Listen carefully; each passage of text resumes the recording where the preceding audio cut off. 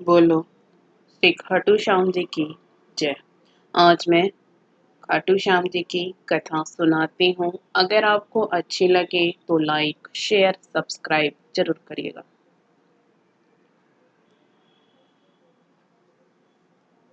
खाटू श्याम जी की जीवन कथा की शुरुआत महाभारत से शुरू होती है। पहले खाटू श्याम जी का नाम बर्बरिक था।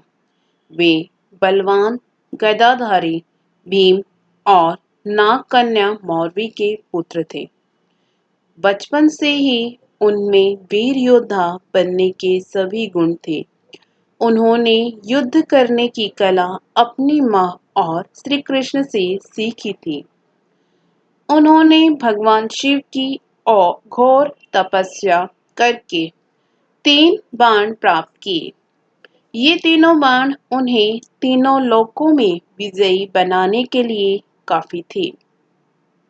एक बार जब उन्हें पता चला कि कौरवों और पांडवों के बीच युद्ध होने वाला है, तो उन्होंने भी युद्ध में शामिल होने की अपनी इच्छा जताई। इसके लिए जब वे अपनी माँ के पास आशीर्वाद लेने पहुंचे, तो उन्होंने हारे हुए पक्ष की ओर से युद्ध लड़ने का वचन दिया। जब उन्हें बर्बरिक के इस वचन का पता चला, तो वे ब्राह्मण का रूप धारण कर उनका मजाक उड़ाने लगे और कहने लगे कि वे 3 बाण से क्या युद्ध लड़ेंगे।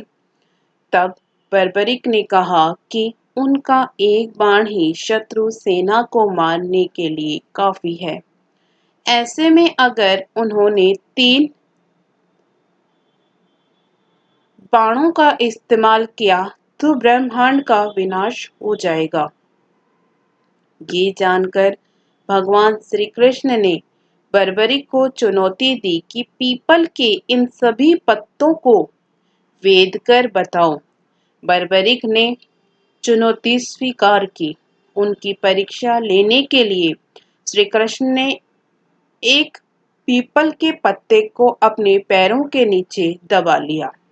बर्बरिक ने एक बाण से सभी पत्तों पर निशान कर दिया और श्री कृष्ण के पैरों के पास चक्कर लगाने लगे और श्री कृष्ण से कहा कि एक पत्ता आपके पैर के नीचे दबा हुआ है, अपने पैर हटा लीजिए वरना आपके पैरों पर चोट लग जाएगी। इसके बाद श्री कृष्ण ने बर्बरिक से पूछा, वे युद्ध में किसकी तरफ से शामिल होंगे। बर्बरिक ने जवाब दिया कि जो पक्ष हारेगा वे उसकी तरफ से युद्ध लड़ेंगे। श्री कृष्ण को पता था कि युद्ध में हार तो कौरवों की होनी है। ऐसे में अगर बर्बरिक ने उनके साथ युद्ध लड़ा तो गलत परिणाम सामने आ सकते हैं। उन्होंने बर्बरिक को रोकने के लिए उनसे दान की मांग व्यक्त की। दान में उन्होंने बर्बरिक का सिर मांगा। बर्बरिक ने कहा कि मैं दान जरूर दूंगा। उन्होंने श्री कृष्ण के चरणों में अपना सिर काट कर रख दिया और उनसे आखिरी इच्छा व्यक्त की। उन्होंने कहा कि वे महाभारत का युद्ध अंत तक अपनी आंखों से देखना चाहते हैं।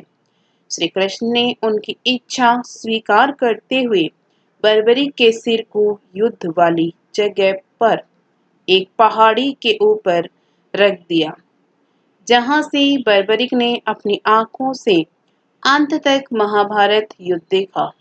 युद्ध के बाद पांडव लड़ने लगे कि युद्ध में जीत का श्रेय किसको जाता है। तब बर्बरिक ने कहा कि श्री कृष्ण के कारण वे युद्ध जीते हैं। श्री कृष्ण बर्बरिक के इस बलिदान से बहुत प्रसन्न हुए और उन्हें कलयुग में शाम के नाम से पूजे जाने का अनमोल वचन दिया।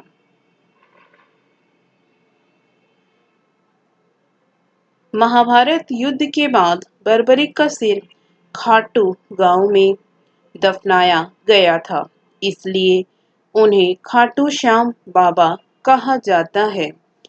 एक बार एक गांव में एक गाय अपने स्तनों से उस जगह पर दूध बहा रही थी।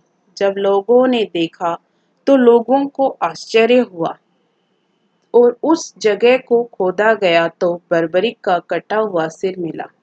इस सिर को एक ब्राह्मण को सौंप दिया गया। वह उसकी रोज पूजा करने लगा। एक दिन खाटू नगर के राजा रूप सिंह को स्वप्न में मंदिर का निर्माण कर बर्बरिक का सिर मंदिर में स्थापित करने के लिए कहा गया। जिस दिन बर्बरिक का सिर मंदिर में स्थापित किया गया, उस दिन कार्तिक महीने की एकादशी थी।